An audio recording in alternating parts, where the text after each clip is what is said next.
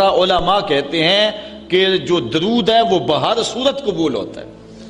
اس لیے حضرت عمر رضی اللہ تعالیٰ عنہ فرماتے ہیں کہ دعا کو درود کے ساتھ جوڑ لو. درود تو قبول ہونا ہی ہونا ہے، تمہاری دعا بھی قبول ہو جائے گی. چونکہ اللہ تعالیٰ جل شانہ کی یہ شان نہیں ہے کہ بعض کو قبول کر لے اور بعض کو ترک کر دے. ہماری فقہ کا بھی مسئلہ ہے. اگر آپ نے کسی سے سودا لیا ہے، اس میں کوئی ردی چیز آ گئی اور کچھ صحیح آ گئی ہے، اب یہ نہیں آپ کر سکتے کہ جو صحیح ہے وہ رکھ لیں اور ردی واپس کر دیں. یا تو وہ صحیح کے ساتھ ردی بھی قبول کرنا پڑے گی، اور یا پھر جو ہے وہ صحیح بھی واپس کرنا پڑے گی. یہ نہیں ہوگا کہ مرضی کی رکھ لی اور مرضی کی واپس کر لی. یا سارا سودا قبول کرنا پڑے گا یا سارا سودا واپس کرنا پڑے گا. تو اللہ تعالیٰ جل شانہ کے حضور جب درود کے ساتھ دعا مانگی جائے تو پھر اللہ تعالیٰ جل شانہ اس دعا کو چھانٹ کے الگ نہیں کرتا کہ میں نے یہ نہیں قبول کرنی.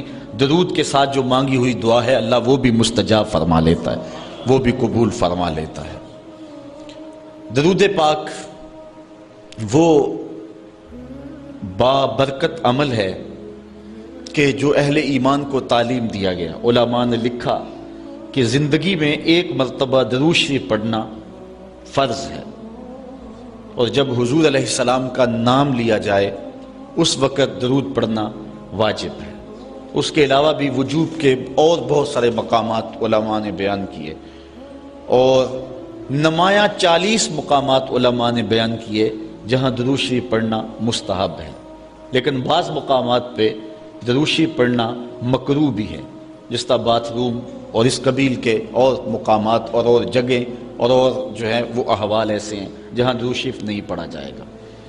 باقی درود شریف وہ بابرکت وظیفہ ہے، وہ مقبول بارگاہ عمل ہے کہ جس کو جتنی بار مرضی پڑھو، ایک تو طبیعت میں اکتاہٹ نہیں ہوتی، انسان تھکتا نہیں، اور دوسرا اس عمل کی برکتیں اتنی ہیں، اس کا ثواب اتنا ہے کہ حضور نبی رحمت صلی اللہ علیہ وسلم کا فرمان حضرت ابو ہریرہ رضی اللہ تعالی عنہ سے سماعت کر لیجئے کہ حضور علیہ السلام نے ارشاد فرمایا من صلی علیہ صلاۃ واحدۃ صلی اللہ علیہ عشرا، جو میرے اوپر ایک مرتبہ درود پڑھتا ہے اللہ تعالیٰ اس پہ 10 رحمتوں کا نزول فرماتا ہے.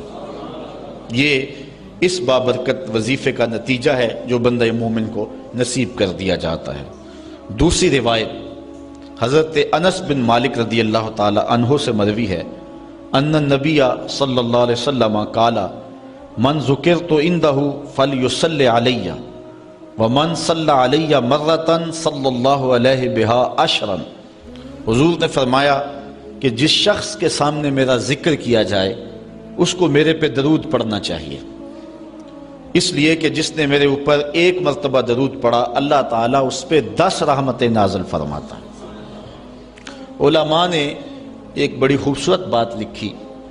وہ کہتے ہیں کہ اصل درود پڑھ کر کے اپنے لیے رحمتیں طلب کرنا ہوتا ہے رب سے، چونکہ مصطفیٰ کریم علیہ الصلوۃ والسلام ہمارے درود کے محتاج. بندہ کہ میں درود پڑھ رہا ہوں، جب ہم نہیں تھے اس وقت بھی مصطفیٰ پہ درود پڑھا جا رہا تھا. جب کائنات کو خلق وجود بھی نہیں دیا گیا تھا مصطفیٰ پہ درود اس وقت بھی پڑھا جا رہا تھا. تو یہ ہم اپنی سعادت مندی حاصل کرتے ہیں. اس کی مثال یہ ہے کہ جو مانگنے والے ہیں وہ 2 طرح کے ہوتے ہیں. سورۃ الفاتحہ کی تفسیر میں نے مختصر بات آپ کے سامنے اس عنوان سے رکھی تھی. ایک وہ ہے کہ جو ڈائریکٹ دروازے کو دستک دے کے صاحب خانہ سے مانگتے ہیں. صاحب خانہ اپنی توفیق کے مطابق اس کو دے نہ دے اس کی مرضی. اور مانگنے والوں کا ایک اور طریقہ ہوتا ہے کہ وہ مانگتے نہیں، کسی شخص کے دروازے پہ کھڑے ہو کے اس کو دعائیں دینے لگتے ہیں. تیرے بچوں کی خیر، تیرے والدین کی خیر، جہاں دادے پر دادے سے شروع ہوتے ہیں اور نیچے نسل تک آتے ہیں. تو وہ جب دعائیں مانگ رہے ہوتے ہیں تیرے خاندان کی، تیری جد کی خیر، تو گھر والا سمجھتا ہے جو ہمیں دعائیں دے رہا ہے اصل خود خالی جھولی لے کر آیا ہے، یہ کچھ مانگنا چاہتا ہے. تو کوئی شخص اللہ کی بارگاہ سے مانگنا چاہے، اللہ تو اولاد سے پاک ہے، تو اس کے محبوب کی خیر مانگو، اللہ تعالیٰ ایک بار خیر مانگو گے 10 رحمتیں جھولی میں ڈال دے گا.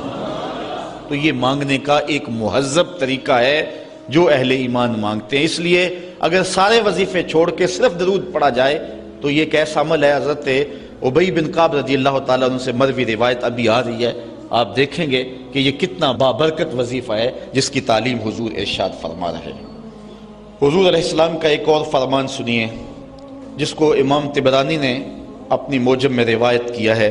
حضور نے ارشاد فرمایا من صلی علیہ صلاۃ واحدۃ صلی اللہ علیہ عشرا، جو میرے اوپر ایک مرتبہ درود پڑھتا ہے رب تعالیٰ اس پر 10 رحمتیں نازل کرتا ہے۔ ومن صلی علیہ عشرا صلی اللہ علیہ مئۃ، اور جو میرے اوپر 10 مرتبہ درود پڑھتا ہے اللہ تعالیٰ اس پہ 100 رحمتیں نازل فرماتا ہے۔ ومن صلی علیہ مئۃ کتب اللہ بین عینیہ براۃ من النفاق وبراۃ من النار، اور جو شخص میرے اوپر 100 مرتبہ درود پڑھتا ہے اس کی 2 آنکھوں کے درمیان لکھ دیا جاتا ہے یہ بندہ منافق بھی نہیں ہے دوزخی بھی نہیں ہے، یہ نہ منافق ہے اور نہ دوزخی ہے، نفاق سے اور دوزخ سے بری لکھ دیا جاتا ہے۔ وَأَسْكَنَهُ اللَّهُ يَوْمَ الْقِيَامَةِ مَعَ الشُّهَدَاءِ، اور اللہ تعالیٰ جل شانہ قیامت کے دن جس مرتبے پر شہداء کو ٹھہرائے گا اسی مقام پہ درود پڑھنے والوں کو ٹھہرائے گا۔ یہ ثواب ہے اس شخص کے لیے کہ جو حضور پر کثرت کے ساتھ درود پڑھتا ہے۔ حضرت عبد الرحمن بن عوف رضی اللہ تعالی عنہ سے ایک روایت سنیے، فرماتے ہیں یہ عشرہ مبشرہ سے ہیں، جلیل القدر صحابی ہیں، اور صحابہ میں سب سے زیادہ امیر صحابی بھی یہی ہیں۔ 1,44,000 صحابہ میں سب سے امیر ترین صحابی حضرت عبد الرحمن ابن عوف رضی اللہ تعالی عنہ ہیں۔ آپ فرماتے ہیں کہ خرج رسول اللہ صلی اللہ علیہ وسلم فاتبعته حتى دخل نخلا فسجد فاطال السجود حتى خفت او خشیت ان يكون الله قد توفاه او قبضه۔ کہتے ہیں ایک دن حضور گھر سے باہر تشریف فرما ہوئے، مسجد نبوی سے نکلے تو میں بھی حضور کے پیچھے پیچھے چل پڑا، حضور علیہ الصلوۃ والسلام کے تتبع میں، حضور کی اتباع میں میں بھی حضور کے پیچھے چل پڑا۔ حتی داخل نخلا، یہاں تک کہ کھجوروں کے ایک باغ میں حضور تشریف فرما ہو گئے، میں بھی اس باغ میں حضور کے پیچھے چلا۔ میں نے کیا دیکھا؟ حضور نے سجدہ فرمایا، فاطال السجود، اور سجدہ اتنا لمبا تھا، حتی خفت او خشیت ان یکون اللہ قد توفی او قبضہ، مجھے ڈر لگا کہ حضور علیہ السلام کا وصال ہو گیا، کہ حضور نے سر انور رکھا سجدے میں پھر اٹھا ہی نہیں رہے تھے، تو میں ڈرا اس بات سے کہ کہیں حضور کا وصال نہ ہو گیا ہو، حضور علیہ السلام اس دار فانی سے کوچ نہ کر گئے ہوں۔ تو کہتے ہیں کہ قال فجئت انظر فرفع راسہ، میں دیکھ ہی رہا تھا کہ اچانک حضور نے سر انور اٹھا لیا۔ فقال مالک یا عبد الرحمن، تو میرا رنگ اڑا ہوا تھا، میری طبیعت کے اوپر ایک عجیب کیفیت تھی، حضور نے سر اٹھایا اور مجھے اس حالت میں دیکھا، کہا کہ اے عبد الرحمن تجھے کیا ہو گیا؟ میں نے کہا فذکرت ذالک لہ، جو مجھے ہوا تھا میں نے وہ بتا دیا، میں تو ڈر گیا تھا، چونکہ صحابہ کی زندگی ہی تو حضور کے نام سے تھی، اور آقا کریم کی زندگی کے ساتھ اور حضور کی حیات کے ساتھ ہی تو وہ جیتے تھے بلکہ اڑتے تھے، اور صحابہ رضوان اللہ علیہ مجمعین کے لیے سب سے مشکل وقت حضور علیہ السلام کی وفات کا وقت تھا، ان سے برداشت نہیں ہوتا تھا۔ آپ نے پڑھا ہوگا سیر میں، علماء سے سنا ہوگا، حضرت عمر نے تلوار نکال لی تھی حضور کے وصال پر، کوئی کہے تو صحیح حضور کا وصال ہو گیا میں گردن کاٹ دوں گا، روتے تھے، عجیب کیفیت تھی۔ حضرت ابوبکر صدیق نے ہاتھ آگے کیا لیکن حضرت عمر جو ہیں وہ ان کی بات بھی سننے کے لیے تیار نہیں تھے۔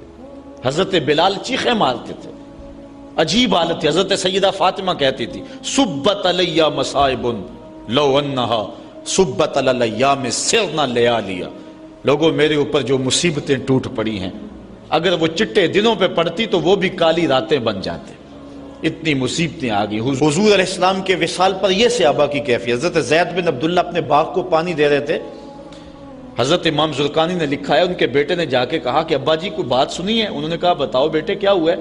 کہا حضور کا وصال ہو گیا۔ تو حضرت زید نے یوں ہاتھ اٹھائے اور سنو انہوں نے کیا کہا، اللہم اذہب بصری حتی لا ارا بعد حبیبی محمد احدا اے اللہ مجھے اندھا کر دے، مجھے نابینا کر دے۔ آنکھوں کے چراغ روشن اس لیے تھے کہ تیرے رسول کو دیکھتا تھا۔ اب حضور اگر اس دنیا سے چلے گئے تو میں نے آنکھوں کی چراغ کیا کرنے؟ تو اللہ تعالیٰ نے ان کی دعا قبول فرما لی اور وہ فوراً نابینا ہو گئے۔ کسی نے بعد میں ان کے پاس جا کر افسوس کیا کہ تمہاری آنکھوں کی بینائی جاتی رہی ہے، بڑا افسوس ہوا ہے۔ وہ فرمانے لگے تمہیں ہوا ہوگا، مجھے تو کوئی نہیں ہوا، میں تو حضور کے بغیر کسی کو دیکھنا ہی نہیں چاہتا۔ اور اعلیٰ حضرت فرماتے ہیں کون نظروں پہ چڑھے دیکھ کے تلوا تیرا، جس نے آپ کو دیکھا پھر وہ کسی کو جو ہے وہ اور کیوں دیکھے؟ تو یہ صحابہ کی کیفیت تھی۔ بلکہ غدابہ نامی اونٹنی جس پہ حضور سواری کیا کرتے تھے، کتب میں آتا ہے، صحیح روایات ہیں، وہ حضرت فاطمہ تو زہرا کی دہلیز پر سر رکھ کے رویا کرتی تھی۔ اور وہ یافور نامی دراز گوش جس پہ حضور سواری کیا کرتے تھے، جس کو ہم اپنی زبان میں گدھا کہہ لیتے ہیں لیکن نسبت رسول سے ہوگی تو پھر اس کو دراز گوش کہیں گے، تو وہ قبیلہ بنو سلیم کے کنویں میں چھلانگ لگا کے مر گیا کہ جب حضور چلے گئے ہیں تو ہم نے جی کے کیا لینا۔ یہ کیفیت جانوروں کی تھی۔ اللہ اکبر۔ تو حضور کی جدائی کا صدمہ کون برداشت کرے؟ آپ نے سنا نہیں کہ استن حنانہ حضور کے فراق میں کیسے تڑپ تڑپ کے روتا تھا؟ صحاح میں روایت ہے، لگتا تھا جس طرح پھٹ جائے گا۔ اور آقا کریم ممبر سے نیچے اترے اور آقا نے اس کو دونوں ہاتھوں میں لیا، پھر تسلی دی، اور ایسے لگا جس طرح کہ بچھڑا ہوا بچہ ماں کی گود میں آ جائے تو اس کی گھگھی بن جاتی ہے، یہ کیفیت ہوئی۔ پھر حضور ممبر پہ جلوہ فراز ہوئے اور صحابہ سے مخاطب ہو کے کہا لو لم افعل ھکذا لھن الی یوم القیامہ، اگر میں اپنے عاشق زار کو ممبر سے اتر کے یوں تسلی نہ دیتا تو یہ لکڑی کا ستون قیامت تک روتا ہی رہتا۔ اللہ اکبر۔ یہ ہے حضور کے پیار کی کیفیت۔ تو ان کے لیے مشکل مرحلہ تھا۔ تو حضرت عبد الرحمن ابن عوف رضی اللہ تعالیٰ عنہ کہتے ہیں میں نے جو میرے پہ بیتی تھی نا، جو میری حالت ہوئی تھی، میں نے صاف صاف عرض کی حضور میں تو بہت پریشان ہوا تھا۔ تو حضور نے فرمایا فقالا ان جبرائیل علیہ السلام قال لی، سنو کہ جبریل امین میرے پاس آئے اور انہوں نے مجھے آ کے کہا الا ابشرک ان اللہ عز وجل یقول، کہ حضور میں آپ کو بشارت نہ دوں کہ رب کیا کہتا ہے؟ وہ یہ کہتا ہے من صلی علیک صلیت علیہ ومن سلم علیک سلمت علیہ۔ ذرا دیکھیے لفظ، حضور فرماتے ہیں میں کیوں سجدے میں گیا تھا؟ سنو اے عبد الرحمن ابن عوف واقعہ کیا ہوا، میں اتنا لمبا سجدہ کیوں کیا؟ کہا میرے پاس جبریل آئے اور جبریل نے مجھے رب کا سندیسہ دیا، پیغام دیا کہ محبوب آپ کا رب کہتا ہے کہ آپ کا جو امتی آپ پہ درود پڑے گا میں رب ہو کے اس پہ درود پڑھوں گا، اور جو آپ کا امتی آپ کو سلام کہے گا میں رب ہو کے اس کو سلام کروں گا۔ تو حضور فرماتے ہیں فسجدت للہ شکرا، تو پھر میں سجدہ نہ کرتا، پھر میں شکر کا سجدہ نہ کرتا اور میرا سجدہ لمبا نہ ہوتا کہ اتنا کرم ہوا کہ میرا اگر غلام مجھ پہ درود بھیجے تو رب اس پہ درود بھیجتا ہے۔ اللہ اکبر۔ یہ کرم نوازیاں اس شخص پر کہ جو حضور نبی رحمت صلی اللہ علیہ وسلم پر درود بھیجتا ہے۔ آئیے حضرت عبداللہ ابن مسعود رضی اللہ تعالی عنہ سے ایک روایت سنتے ہیں۔ کہتے ہیں کہ ان للہ ملائکۃ سیاحین یبلغون عن امتی السلام، اللہ کے کچھ فرشتے ہیں جن کی ڈیوٹی یہ ہے وہ دھرتی پر گھومتے ہیں، پوری دنیا پہ چکر لگاتے ہیں، اور کرتے کیا ہیں؟ جہاں جہاں بھی کوئی شخص میرے اوپر سلام بھیجے تو وہ اس امتی کا سلام میرے تک پہنچاتے ہیں کہ حضور آپ کے فلاں امتی نے آپ تک جو ہے وہ سلام بھیجا ہے۔ اور دوسری روایت حضرت حسن رضی اللہ تعالیٰ عنہ اپنے باپ حضرت علی المرتضیٰ سے روایت کرتے ہیں کہ حضور علیہ السلام نے ارشاد فرمایا حیث ما کنتم فصلوا علیہ فإن صلاتکم تبلغنی، فرمایا علی جہاں بھی رہو میرے اوپر سلام پڑھا کرو، تمہارا سلام مجھے پہنچتا ہے۔ جہاں بھی رہو میرے اوپر سلام پڑھنے کو، عمل کو نہ چھوڑنا۔ قیامت کے دن حضور علیہ السلام کی سب سے زیادہ قربت کس شخص کو نصیب ہوگی؟ تو وہ روایت ہے حضرت عبداللہ ابن مسعود رضی اللہ تعالی عنہ سے کہ حضور نے فرمایا ان اول الناس بی یوم القیامہ اکثرہم علی صلاۃ، قیامت کے دن میرا سب سے زیادہ قریبی شخص وہ ہوگا کہ جو میرے اوپر کثرت کے ساتھ درود پڑھا کرتا ہے۔ حضرت ابی بن کعب رضی اللہ تعالیٰ عنہ کی وہی روایت جو میں نے جس کا اشارہ دیا، روایت کرتے ہیں کان رسول اللہ صلی اللہ علیہ وسلم اذا ذهب ربع اللیل قام فقال یا ایھا الناس اذکروا اللہ جاءت الراجفہ تتبع الرادفہ جاء الموت بما فیہ جاء الموت بما فیہ۔ کہتے ہیں کہ حضور علیہ الصلوۃ والسلام جب رات کا چوتھائی حصہ باقی رہ گیا تو آقا کریم علیہ السلام نے لوگوں کو بیدار کیا، لوگوں کو جگایا کہ اٹھو اللہ کا ذکر کرو، قیامت آنے والی ہے، موت آنے والی ہے۔ حضور نے صحابہ کو بیدار کیا۔ قال ابی بن کعب رضی اللہ تعالیٰ عنہ، حضرت ابی بن کعب رضی اللہ تعالیٰ عنہ فرماتے ہیں، یہ جلیل القدر صحابی ہیں اور حضور علیہ الصلوۃ والسلام ان سے قرآن سنا کرتے تھے۔ بلکہ ایک دن حضور گزر رہے تھے، حضرت ابی بن کعب رضی اللہ تعالیٰ عنہ تلاوت کر رہے تھے، حضور رک کے سننے لگے۔ اگلے دن ملاقات ہوئی تو فرمایا ابی میں گزر رہا تھا، تو تلاوت کر رہا تھا اور میں سنتا رہا۔ تو حضرت ابی نے کہا حضور اگر مجھے پتہ چل جاتا نا کہ آپ سن رہے ہیں تو میں اور سوار کے پڑھتا۔ محدثین شارحین لکھتے ہیں کسی کے دکھلاوے کے لیے قرآن سوار کے پڑھنا ریاکاری ہے، لیکن اگر حضور کے دکھلاوے کے لیے پڑھا جائے یہ ریاکاری نہیں ہے، یہ عین دین ہے۔ تو حضرت ابی بن کعب رضی اللہ تعالی عنہ کہتے ہیں کہ میں نے حضور کی خدمت میں عرض کی، فقلت تو میں نے عرض کی یا رسول اللہ صلی اللہ علیہ وسلم میں آپ پر بہت زیادہ درود شریف پڑھتا ہوں، فکم اجعل لک من صلاتی، تو مجھے بتا دیں کہ میں آپ پہ کتنا وقت درود پڑھا کروں۔ قال ما شئت، کہا جتنا تو پڑھ سکتا ہے، جتنا تیرے پاس وقت ہے، جتنی تیری مرضی ہے، میں کوئی مقرر نہیں کرتا۔ قال قلت، تو میں نے کہا الربع، میں چوتھا حصہ درود پڑھا کروں گا، باقی 3 حصے باقی وظیفے کر لیا کروں گا۔ قال ما شئت، حضور نے فرمایا تیری مرضی، وَإِن زِدْتَ فَهُوَ خَيْرٌ لَكَ، لیکن اگر درود زیادہ پڑھے نا تو تیرے لیے ہوگا بہتر۔ ویسے تو اگر چوتھا حصہ پڑھے باقی 3 حصے باقی وظیفے، لیکن اگر ایسا کرے تو تیرے لیے بہتر ہوگا، زیادہ اگر پڑھ لے۔ قال کہتے ہیں فقل، تو میں نے کہا فثلثین، میں 2/3 پڑھ لیا کروں گا۔ قال ما شئت، فرمایا جس طرح تیری مرضی، فَإِن زِدْتَ فَهُوَ خَيْرٌ لَكَ، لیکن اگر تو درود کو زیادہ کر لے تو یہ تیرے لیے بہتر ہوگا۔ قلت النصف، میں نے عرض کی حضور میں آدھا وقت درود پڑھ لیا کروں گا، باقی آدھا وقت دیگر وظائف پڑھ لیا کروں گا۔ قلت، جب میں نے یہ بات کہی تو حضور نے فرمایا ما شئت، جو تیری مرضی، جو تیرے دل میں آئے، وَإِن زِدْتَ فَهُوَ خَيْرٌ لَكَ، لیکن اگر تو درود کو اور زیادہ کر دے تو تیرے لیے ہے بہتر۔ کہتے ہیں کہ میں نے عرض کی اجعل لک صلاتی کلھا، حضور پھر میں سارا وقت درود ہی پڑھ لیا کروں گا، میں سارا وقت درود ہی پڑھ لیا کروں گا۔ تو آقا کریم نے فرمایا پھر تجھے دنیا کی تکلیفیں بھی نہیں پہنچیں گی اور آخرت میں بھی تجھے نجات مل جائے گی، کیونکہ انسان وظیفہ 2 مقاصد کے لیے کرتا ہے، میری دنیا کے معاملہ ٹھیک ہو جائیں کچھ وظائف اس لیے پڑھتا ہے، یا پھر میری آخرت ٹھیک ہو جائے اس لیے وظائف پڑھتا ہے، 2 ہی غرضیں ہوتی ہیں وظائف پڑھنے سے۔ لیکن حضور نے فرمایا اگر تو سارا وقت درود پڑھتا رہے تو پھر تیری دنیا بھی ٹھیک ہو جائے گی، تیری آخرت بھی ٹھیک ہو جائے گی، تیرے سارے معاملے ٹھیک ہو جائیں گے۔ اللہ اکبر۔ اور حضور علیہ السلام کا یہ ایک اور فرمان سنیے جس کو حضرت انس رضی اللہ تعالیٰ عنہ روایت کرتے ہیں۔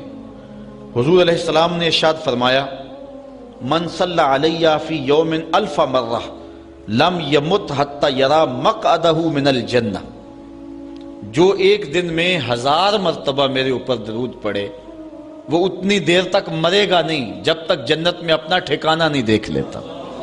یہ اللہ تعالیٰ اس کو خاص نور نصیب فرمائے گا۔ اور آئیے سنیے حضور علیہ السلام کیا ارشاد فرما رہے ہیں۔ حضرت ابو درداء رضی اللہ تعالی عنہ سے روایت ہے، امام ابن ماجہ نے اپنی سند سے اس کو روایت کیا ہے۔ قال قال رسول اللہ صلی اللہ علیہ وسلم اکثروا علی من الصلاۃ کل یوم الجمعہ فإنہ مشہود تشہدہ الملائکہ۔ حضور نے فرمایا کہ ہر جمعے کے دن میرے اوپر کثرت کے ساتھ درود پڑھا کرو، چونکہ یہ یوم مشہود ہے، اس دن فرشتے حاضر ہوتے ہیں، تو جمعے کے دن کثرت کے ساتھ باقی دنوں کی نسبت میرے اوپر درود پڑھا کرو۔ تو وَإِنَّ أَحَدًا لَن يُصَلِّيَ عَلَيَّ إِلَّا أُرِدَتْ علیہ صلاتہ حتی یفرغ منہا، اس لیے کہ تم میں سے جو کوئی میرے اوپر درود پڑھتا ہے جب تک فارغ نہیں ہو جاتا اس کا درود جو ہے وہ میرے اوپر پہنچا دیا جاتا ہے۔ کالا، تو حضرت ابو درداء کہتے ہیں قل، تو میں نے کہا وبعد الموت، حضور جب آپ اس دنیا سے چلے جائیں تو کیا اس کے بعد بھی یہ وظیفہ اور یہ عمل جاری رکھیں؟ حضرت ابو درداء رضی اللہ تعالی عنہ نے جو ہے یہ وضاحت حضور سے پوچھی، اور یہ بھی بڑے جلیل القدر صحابی ہیں، بلکہ صحابہ میں سے انتہائی متقی اور پرہیزگار صحابی ہیں۔ بلکہ حضرت ابو درداء کے بارے میں آتا ہے کہ فجر کی نماز پڑھ کے جلدی چلے جاتے تھے۔ ایک دن حضور نے روک کر کے کہا ابو درداء کاہے کی جلدی ہوتی ہے کہ رکتے بھی نہیں، بہت جلدی چلے جاتے ہو؟ عرض کی حضور میرے ہمسایوں کے گھر میں کھجور کا ایک لمبا درخت ہے، اور آج کل مدینے میں کھجوروں کے پکنے کا موسم ہے، اور سحری کے وقت ٹھنڈی ہوائیں مدینے کو سلامی دینے آتی ہیں، اور میں اس لیے جلدی جلدی چلا جاتا ہوں کہ وہ جو کھجوریں جھڑ کے میرے ویڑے میں گر جاتی ہیں بچوں کے اٹھنے سے قبل ہمسائے کے گھر میں پھینک دوں، کہیں میرا بچہ کوئی نہ کھا لے۔ اور ہماری سڑک سے گنے کی ٹرالی گزر کے تو دیکھیں، یہ دیکھیے حضور علیہ السلام کے صحابی کا عمل اور ان کی زندگی کے معمولات۔ یہ ہے حضرت ابو درداء رضی اللہ تعالیٰ عنہ، کہتے ہیں میں نے حضور سے کہا حضور جب آپ اس دنیا سے چلے جائیں گے تو کیا پھر بھی درود آپ کو بھیجیں اور پھر بھی آپ پر پہنچتا رہے گا؟ تو سنو حضور نے کیا کہا۔ حضور نے فرمایا ان اللہ حرم علی الارض ان تاکل اجساد الانبیاء علیہم الصلاۃ والسلام، اللہ تعالیٰ نے مٹی پر حرام کر دیا ہے کہ وہ نبیوں کے جسموں کو کھائے۔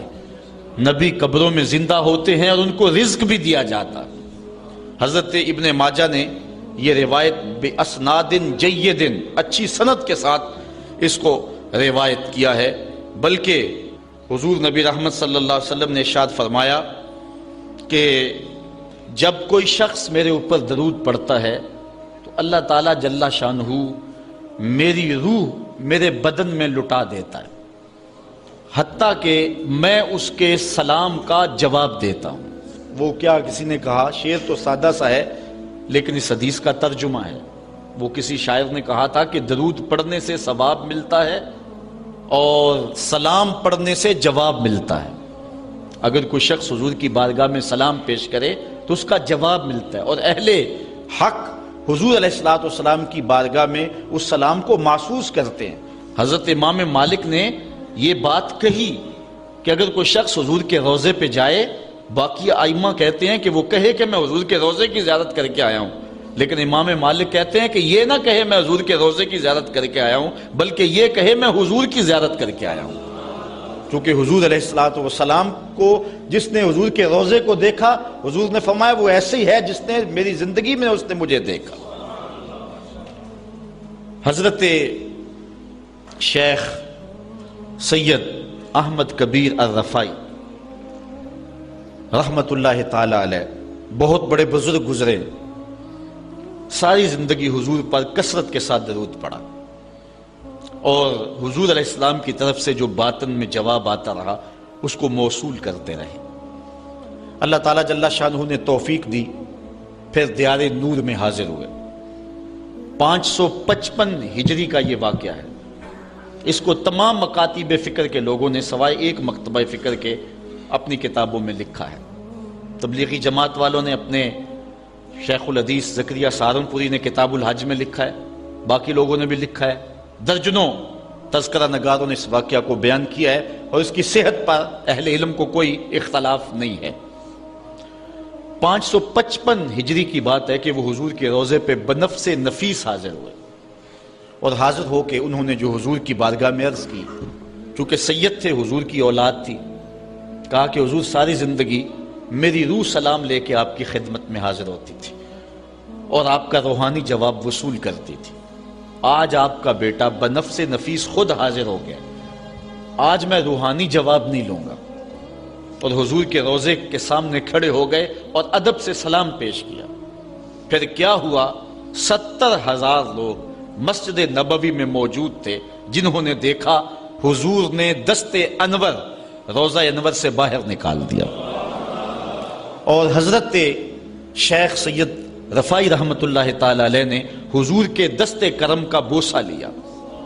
حضرت غوث اعظم شیخ عبد القادر جیلانی علیہ رحمہ فرماتے ہیں اتفاق سے اس دن میں بھی موجود تھا، اور کہتے ہیں کہ حضرت امام رفاعی کے صدقے سے حضور کے دست اقدس کی زیارت میں نے بھی کر لی۔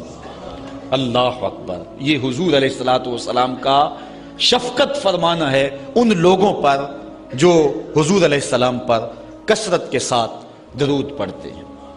جن لوگوں نے حضور علیہ السلام کے اوپر درود پڑھنا معمول بنایا ہے، یہ موضوع اپنے دامن میں بڑی وسعت رکھتا ہے، ان پر بڑے بڑے کرم ہوئے۔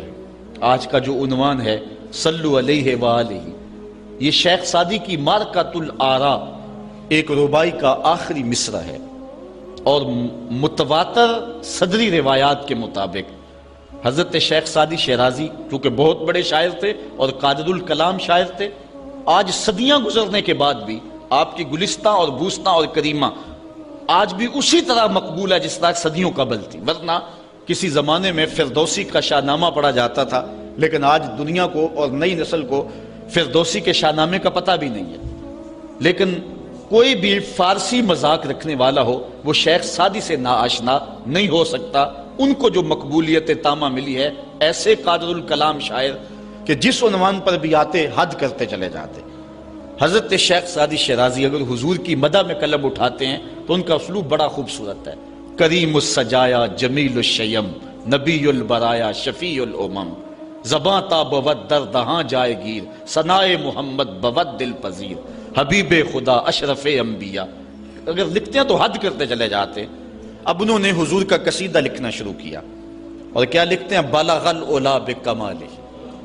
اس کا معنی ہے کہ آپ اپنے کمال کی وجہ سے بلندیوں تک پہنچے۔ کشف الدجا بجمالہ، اور آپ کے چراغ حسن نے اندھیروں کو دور کر دیا۔ حسنت جمیع خصالہ، اور آپ کی ساری خوبیاں با کمال ہیں۔ ربائی کو ربائی اس لیے کہتے ہیں کہ وہ 4 اشعار پر مشتمل ہوتی ہے۔ اب 3 اشعار کے اندر بھی جو ہے وہ مضمون تھا، وہ مکمل ہو گیا، اور انسان جب مضمون کو مکمل کر لے تو اس وقت پھر نیا جملہ لانا اس کے لیے مسئلہ بن جاتا ہے کہ آگے لکھے تو کیا لکھے، مضمون تو مکمل ہو گیا۔ اب یہاں کیا تھا؟ بلغ العلا بکمالہ کشف الدجا بجمالہ حسنت جمیع۔ اگر اس کا معنی ذہن میں ملحوظ رکھیں تو آگے جو چوتھا جملہ ہے اس پہ آپ کو لطف آئے گا۔ بالغ العلا بکمالہ، وہ اپنے کمال سے، اپنی طاقت پرواز سے، اپنی قوتوں سے، اللہ کی دی ہوئی عطا سے وہاں تک پہنچے جہاں تصور بھی نہیں پہنچ سکتا۔ کشف الدجا بجمالہ، ان کے جمال نے کائنات میں اجالے پھیلا دیے، روشنیاں کر دی، اندھیرے چھٹ گئے۔ پھر آخر میں حسنت جمیع خصالہ، کیا بتائیں، ان کی ہر خوبی، ہر خو و خصلت ہی اچھی ہے۔ اب بات تو مکمل ہو گئی، لیکن ربائی چاہتے تھے۔ شیخ سعدی پریشان ہے، اسی پریشانی میں نیند آ گئی، سوئے تو حضور کا دیدار ہوا۔ فرمایا سعدی آگے کہتے کیوں نہیں ہو؟ صلو علیہ وآلہ، صلو علیہ وآلہ۔ اور بنتا ہی یہ ہے، میں اصل خود بھی شاعری سے تعلق رکھتا ہوں، کسی زمانے میں کچھ لکھا بھی ہے، لیکن یہاں تھوڑا سا میں آپ کو اپنے ساتھ اس لیے سفر کروا رہا ہوں کہ آپ اقبال کے دیس کے باسی ہیں، اس لیے آپ سے ایسی باتیں میں کر لیتا ہوں، ورنہ بعض کا یہ ایسی باتیں نہیں چھیڑتی، یہ مشکل ہوتی ہیں، لیکن آپ لوگوں کے خمیر اور مزاج کے اندر جو ہے یہ لذت اور یہ چاشنی موجود ہے۔ اب ذرا توجہ کیجئے۔ بلغ العلا بکمالہ، وہ بلندیوں پر پہنچ گئے۔ کشف الدجا بجمالہ، اپنے جمال سے اندھیرے چھٹا دیے، دور کر دیے۔ حسنت جمیع خصالہ، کیا بتائیں، ان کی ہر خوبی ہی با کمال ہے۔ تو جب ہر خوبی با کمال ہے تو پھر جی نہیں چاہتا کہ پڑھو صلو علیہ وآلہ، یعنی پھر دل اچھلتا ہے، روح پکارتی ہے، جو اتنی خوبیوں کا منبع و مصدر ہے، اتنے کمالات کا جامع ہے، جس کے دم سے اندھیرے چھٹ گئے، جس کے دم سے کائنات میں اجالے پھیل گئے، تو پھر کیوں جی نہیں چاہتا کہ اس نبی پر درود پڑھا جائے؟ صلو علیہ وآلہ، آؤ اس نبی پہ درود پڑھو، اس نبی پہ سلام پڑھو، اس نبی پہ بھی درود پڑھو، اس کی آل پہ بھی درود پڑھو۔ بلغ العلا بکمالہ کشف الدجا بجمالہ حسنت جمیع خصالہ صلو علیہ وآلہ۔ میں درود شریف کے عنوان سے اپنی گفتگو کو ختم کروں اور امام بوصیری کا ذکر نہ کروں، تو یہ ناانصافی ہوگی۔ حضرت امام بوصیری فالج زدہ ہیں، ساری زندگی بادشاہوں کے قصیدے لکھے ہیں، ساری زندگی بادشاہوں کی کہانیاں بیان کی ہیں، ان سے اعزازات پائے ہیں، تکریمات پائی ہیں، لیکن عمر کا آخری حصہ آیا، جسم فالج زدہ ہو گیا، سارے چھوڑ گئے۔ تنہائی، بیماری اور غربت، یہ تین چیزیں اگر اکٹھی ہو جائیں تو ان کو کاٹنا بڑی قیامت ہوتی ہے۔ تنہائی، غربت اور بیماری، یہ تینوں اکٹھی آ گئی حضرت امام بوصیری پہ۔ صحت مند کے سارے گاہک ہوتے ہیں، بیمار پڑ گئے تو کوئی پوچھتا ہی نہیں ہے۔ ایک دن خیال آیا، ساری زندگی شہنشاہوں کے قصیدے لکھے، آج اس کا قصیدہ نہ لکھوں جو کائنات کا دولہ ہے۔ اللہ اکبر، قلم پکڑا، پھر حضور کا قصیدہ لکھا۔ یہ قصیدہ بردہ شریف مکمل کیا۔ رات ہوئی، حضرت امام بوصیری سوئے، آقا کریم علیہ السلام تشریف لائے، اور یہ بات ذہن میں رکھیں، حضور نے ارشاد فرمایا، من رآنی فی المنام فقد رآنی فإن الشیطان لا یتمثل بی۔ یہ ابن ماجہ میں 6 طرق سے روایت مروی ہے، ویسے بخاری دیگر کتابوں میں بھی ہے، لیکن ابن ماجہ حجم کے اعتبار سے چھوٹی کتاب ہے، اس میں بھی 6 مرتبہ یہ روایت ہے، باقیوں میں تو بہت مرتبہ یہ روایت آئی ہے۔ ابن ماجہ میں 6 طرق سے یہ روایت ہے۔ حضور نے فرمایا، جس نے مجھے خواب میں دیکھا اس نے مجھے ہی دیکھا، شیطان خواب میں آ کر بھی میری مثل ہونے کا دعویٰ نہیں کر سکتا۔ اچھا، دوسری بات، جس نے حضور کو دیکھا اس نے حضور کو دیکھا، اور جس نے حضور کو دیکھا حضور اس کے خواب میں قصد، ارادے اور مرضی سے آئے۔ میں کسی کے خواب میں جاؤں، آپ کسی کے خواب میں آئیں، نہ آپ کو پتا ہوتا ہے نہ مجھے پتا ہوتا، مجلس سجی ہے، میں گفتگو کر رہا ہوں، اٹھ کے آپ چلے جائیں گے، جا کے سو جائیں، میں خواب میں دوبارہ گفتگو کرتا ہوا پایا جاؤں، مجھے آپ اٹھ کے فون کرے، جناب آج خواب میں آئے تھے، تو مجھے تو نہیں پتا ہوگا، یا آپ کو میں دیکھ لوں دوبارہ تو آپ کو علم نہیں ہوگا۔ لیکن حضور جس کے خواب میں جائیں قصد، ارادے اور مرضی سے جاتے ہیں۔ تیسری بات، خواب میں کسی کو کچھ کوئی دے تو وہ محض خواب ہوتا ہے۔ لاٹری نکل آئی، کروڑ پتی بن گیا، صبح اٹھیں گے تو کروڑ پتی ہوں گے یا کنگال ہوں گے؟ وہ کیا کسی نے کہا تھا 100 بار میرے ہاتھوں میں تیرا دامن آیا، جب آنکھ کھلی تو اپنا ہی گریباں تھا۔ کچھ نہیں ہوتا، خواب خواب ہوتا ہے، لیکن حضور کو اگر کوئی خواب میں دیکھے اور حضور کچھ عنایت کریں تو وہ محض خواب نہیں ہوتا۔ حضرت شاہ ولی اللہ محدث دہلوی فرماتے ہیں، میرے والد شاہ عبد الرحیم نے خواب میں انہوں نے حضور کو دیکھا تو آقا کریم علیہ السلام نے اپنے 2 منہ مبارک ان کو عطا کیے۔ کہتے ہیں جب اٹھے تو دیکھا کہ منہ مبارک نہیں تھے، تو پھر ان کی کیفیت وہی ہو گئی، اور پھر حضور خواب میں ملے، فرمایا کہ ہم نے تیرے سرہانے کے نیچے رکھ دیے۔ تو کہتے ہیں کہ وہ 2 بال حضرت شاہ ولی اللہ محدث دہلوی فرماتے ہیں ان کی علامت یہ تھی کہ وہ صندوق میں ہم رکھتے تھے، جب اس کو دھوپ میں لے کے نکلتے بدلی سایہ کیا کرتی تھی، اور فرماتے ہیں کہ جب وراثت تقسیم ہوئی تو 1 بال میرے حصے میں آیا، حضور کا منہ انور، حضور کا منہ مبارک۔ تو جس نے حضور کو خواب میں دیکھا حضور کو ہی دیکھا، حضور قصد سے آئے، جو دیا حقیقت میں دیا۔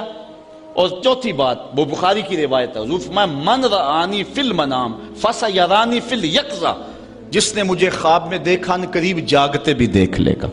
شارحین لکھتے ہیں ساری زندگی نہ دیکھ سکا، جب روح نکل رہی ہوگی رخ محبوب سامنے ہوگا، اور اگر اس وقت حضور کا دیدار ہو جائے تو اور چاہیے بھی کیا، سوکھا نکلے سا ظہوری جے ویخ لواں مکھ تیرا، اگر اس وقت حضور کا دیدار ہو جائے تو اور کیا چاہیے۔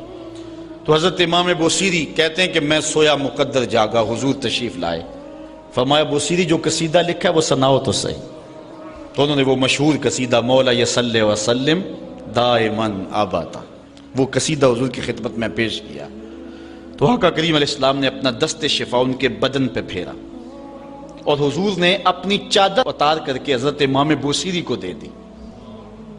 بردہ عربی میں کہتے ہیں جو ہے وہ چادر کو، اسی لیے اس قصیدے کو قصیدہ بردہ کہتے ہیں، وہ قصیدہ جس کی جزا میں چادر عنایت ہوئی تھی۔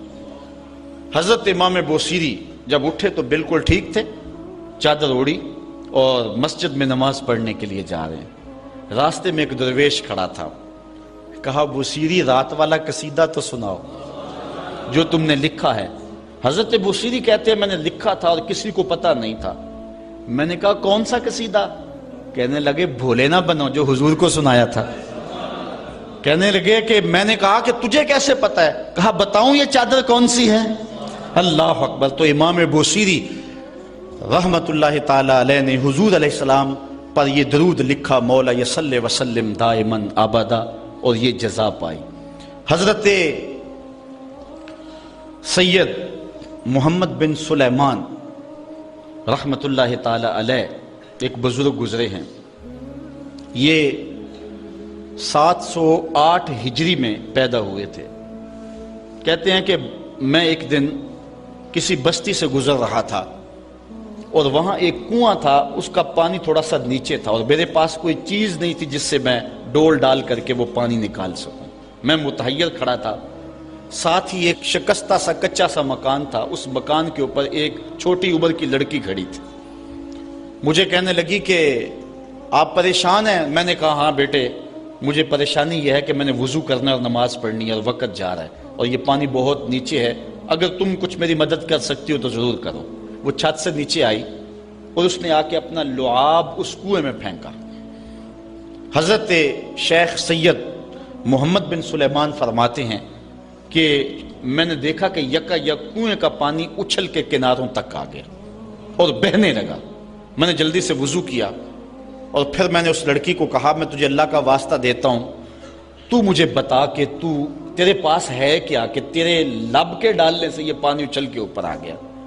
تو اس لڑکی نے مجھے کہا کہ یہ جو مرتبہ مجھے ملا ہے بکثرت الصلاۃ علی من کان اذا مشى فی البر تعلقت الوحوش باذیالہ، یہ مرتبہ میں اس پر درود پڑھ کے حاصل کیا ہے جب وہ جنگل سے گزرتے تھے تو جو جانور تھے قدموں سے لپٹ جاتے تھے، میں ان پر درود پڑھنے کی برکت سے جو ہے وہ یہ مرتبہ حاصل کیا ہے. تو حضرت سید محمد بن سلیمان کہتے ہیں کہ پھر میں نے ارادہ کر لیا کہ میں ساری زندگی حضور علیہ السلام پر درود پڑھتے ہوئے اور درود لکھتے ہوئے گزاروں گا. پھر انہوں نے مشہور زمانہ کتاب جس کو اہل علم اور اہل تصوف دلائل الخیرات کے نام سے جانتے ہیں، جس کی متعدد شروحات بھی لکھی گئی، وہ کتاب انہوں نے تصنیف کی. اور اس کتاب کی خصوصیت یہ ہے کہ جو شخص اس کتاب کو باقاعدگی کے ساتھ پڑھے اس کو حضور کا دیدار نصیب ہوتا ہے. اور اس کتاب کو پڑھنے والے، میں نے ایک روایت میں پڑھا ہے کہ جو شخص حضور علیہ السلام پر کثرت سے درود پڑھے، اللہ تعالیٰ اس درود کی برکت سے اسے تو نوازتا ہے، اس کی اولاد کو اور اس کی اولاد کی اولاد کو، یعنی اس کی نسلوں کو بھی سنوار دیتا ہے. تو حضرت سید محمد بن سلیمان نے یہ کتاب لکھ کر کے درود کی زمانے پر احسان کیا، اور آج تک بالخصوص علماء روم کا عمل اس کے اوپر جو ہے وہ کثرت کے ساتھ ہے. لیکن یہاں بھی جو ہے وہ ہمارے بر صغیر پاک و ہند میں بھی دلائل الخیرات پر لوگوں کے بہت زیادہ عمل ہے. میرے والد گرامی اللہ ان کی قبر پہ کروڑوں رحمت نازل فرمائے، انہوں نے 37 سال تک بلا ناغہ دلائل الخیرات کا وظیفہ کیا ہے. اور یہ جو کچھ بھی ہے وہ کیا کسی نے کہا تھا، میں جو کچھ بھی ہوں ان کی توجہ کا روپ ہوں، میری زندگی تیرے پیار کا انعام ہی تو ہے. تو یہ سارا فیضان یہ درود شریف کا فیضان ہے جو دروس قرآن کی صورت میں آپ دیکھ رہے ہیں. حضرت سید محمد بن سلیمان رحمت اللہ تعالی علیہ کا پھر انتقال ہو گیا اور سوس نامی ایک بستی کے اندر ان کو دفن کر دیا گیا. پھر اس کے بعد 77 سال کے بعد ان کو وہاں سے مراکش منتقل کیا گیا، اور آپ کو جب دفن کیا گیا، اور یہ بات اخبار مشہورہ میں سے ہے کہ آپ کی قبر کی مٹی سے درود کی برکت کی وجہ سے کستوری جیسی خوشبو آیا کرتی تھی. اور جب اتنے طویل عرصے کے بعد ان کو قبر سے نکالا گیا تو جب وہ فوت ہوئے تھے تو انہوں نے تھوڑی دیر پہلے حجامت بنائی تھی، اور جب لحد سے ان کو نکالا گیا 77 برس بعد تو ایسے لگتا تھا کہ جس طرح ابھی خط کروایا ہے. اور لوگوں نے ان کے جسم کو انگلی لگا کر کے دیکھا تو جس طرح ایک زندہ شخص کے جسم کو انگلی لگائیں تو خون ہٹ جاتا ہے اور جگہ زرد ہو جاتی ہے، تو ایسے ہی لوگوں نے پایا کہ جگہ زرد ہو گئی. پھر انگلی اٹھائی تو جو ہے وہ پھر وہاں دوبارہ سرخی آنے لگی. تو اس شخص نے بتایا کہ یہ دیکھو کیا ہے، تو پھر جو بھی زیارت کرنے آتا وہ انگلی لگا کے دیکھتا اور اس طرح دباتا آپ کی جلد کو، اور وہ زرد ہو جاتی اور پھر دوبارہ خون آتا. تو پھر ان کی زیارت بند کر دی گئی اور وہاں سوس سے اٹھا کر کے ان کو مراکش کے اندر دفن کیا گیا. جو شخص حضور علیہ السلام پہ درود پڑھے تو اس کو حیات جاوداں مل جاتی ہے، اور صاحب درود نبی کا کمال اور مرتبہ کیا ہوگا۔ تو فرمایا ان اللہ